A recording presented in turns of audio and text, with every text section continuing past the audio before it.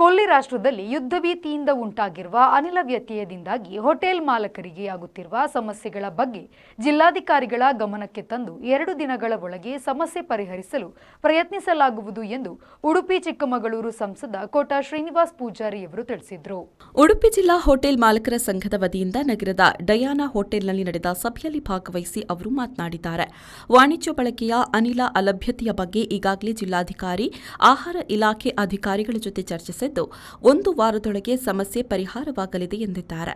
ಕೊಲ್ಲಿ ರಾಷ್ಟ್ರಗಳ ಯುದ್ಧದಿಂದಾಗಿ ಇಡೀ ಜಗತ್ತಿನಾದ್ಯಂತ ಉಂಟಾಗಿರುವ ತಾತ್ಕಾಲಿಕ ಸಮಸ್ಯೆ ಇದು.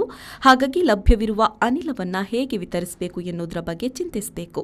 ಇದನ್ನು ರಾಜಕೀಯ ಉದ್ದೇಶಕ್ಕೆ ಬಳಸಿಕೊಳ್ಳದೆ ಸಮಸ್ಯೆ ಬಗೆಹರಿಸಿಕೊಳ್ಳುವ ಕಡೆ ಗಮನ ಹರಿಸುವ ಅಗತ್ಯತೆ ಇದೆ ಎಂದರು. 1 ವಾರದಲ್ಲಿ ಈ ಸಮಸ್ಯೆ ಪರಿಹಾರವಾಗಲಿದ್ದು, ಅಲ್ಲಿಯವರೆಗೆ ಲಭ್ಯವಿರುವ ಸಿಲಿಂಡರ್ಗಳ ವಿತರಣೆಗೆ ವಿಧಿಸಿರುವ ನಿಯಮವನ್ನು ಸಡಿಲಗೊಳಿಸಿ ಹೋಟೆಲ್ ಮಾಲಕರಿಗೂ ಅನಿಲ ವಿತರಿಸಲು ಜಿಲ್ಲಾಧಿಕಾರಿಗಳ ಜೊತೆ ಮಾತುಕತೆ ನಡೆಸುವುದಾಗಿ ಅವರು ಭರವಸೆ ನೀಡಿದ್ದಾರೆ. 1 ವಾರದಲ್ಲಿ ಹೆಚ್ಚು ಕಡಿಮೆ ಇದು ಸರಿಯಾಗುತ್ತೆ.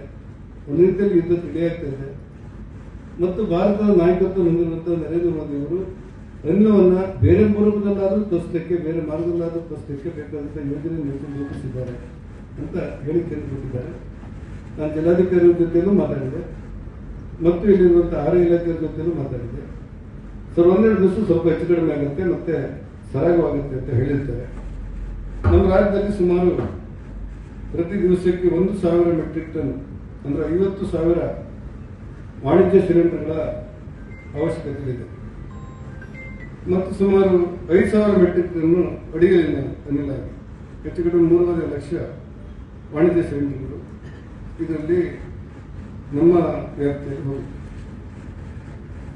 ಸಭೆಯಲ್ಲಿ ಭಾಗವಹಿಸಿದ ಉಡುಪಿ ಪುತ್ರನ್ ಗ್ಯಾಸ್ ಮಾಲೀಕ ದಿನೇಶ್ ಪುತ್ರನ್ ಮಾತನಾಡಿ, ಸೋಮವಾರದಿಂದ ಡಿಸ್ಟ್ರಿಬ್ಯೂಟರ್ಗಳಿಗೆ ಗ್ಯಾಸ್ ಪೂರೈಕೆಯಾಗಿಲ್ಲ. ಲಭ್ಯವಿದ್ದ ಅನಿಲ ವಿತರಣೆಗೂ ನಿಯಮಗಳನ್ನು ತಂದಿದ್ದು, ಬಿಸಿಯೂಟದ ಶಾಲೆಗಳು, ಆಸ್ಪತ್ರೆಯ ಕ್ಯಾಂಟೀನ್ ಹಾಗೂ ಇಂದಿರಾ ಕ್ಯಾಂಟೀನ್ಗಳಿಗೆ ವಿತರಿಸಲು ತಿಳಿಸಿದ್ದಾರೆ. ಅಲ್ಲದೆ ಗೃಹ ಬಳಕೆ ಅನಿಲ ಬುಕಿಂಗ್ಗೂ ಕೆಲವೊಂದು ನಿಯಮಗಳನ್ನು ತಂದಿದ್ದು, ಹೀಗಾಗಿ ಗೃಹ ಬಳಕೆಯ ಗ್ಯಾಸ್ಗೂ ಪ್ಯಾನಿಕ್ ಬುಕಿಂಗ್ ಪ್ರಾರಂಭಗೊಂಡಿತ್ತು. ಗೃಹ ಬಳಕೆಯ ಗ್ಯಾಸ್ ವಿತರಣೆಯಲ್ಲಿ ಯಾವುದೇ ತೊಂದರೆಯಿಲ್ಲ. ವಾಣಿಜ್ಯ ಬಳಕೆಯ ಸಿಲಿಂಡರ್ ಪೂರೈಕೆಯಾಗ್ತಾ ಇಲ್ಲ ಎಂದರು.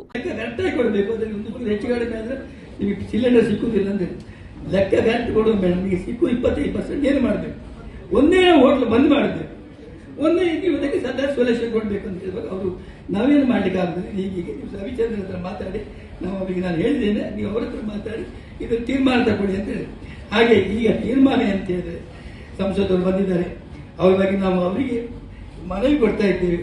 ನಮ್ಮ ಕಷ್ಟ ಏನಂತ ಅವ್ರಿಗೆ ಗೊತ್ತಿದೆ, ಅವ್ರನ್ನ ಅವ್ರ ಹತ್ರ ಕೇಳುವ, ಅವ್ರು ಏನು ಹೇಳ್ತಾರೆ ಅಂತ ಅವ್ರ ಮಾತು, ಅವ್ರ ಬಾಯಿನಲ್ಲಿ ಮಾತು ಕೇಳುವ. ನಮ್ಮ ಸಮಸ್ಯೆ ಇಷ್ಟೇ, ನಮ್ಗೆ ಬಂದು ನಮ್ಗೆ ಏನು ಆಗದಿದ್ರೆ ಬಂದ್ ಮಾಡ್ತೇವೆ, ಅನಿವಾರ್ಯ ಪರಿಸ್ಥಿತಿಯನ್ನು ಮಾಡಿ ಸಾಧ್ಯ ಇಲ್ಲ.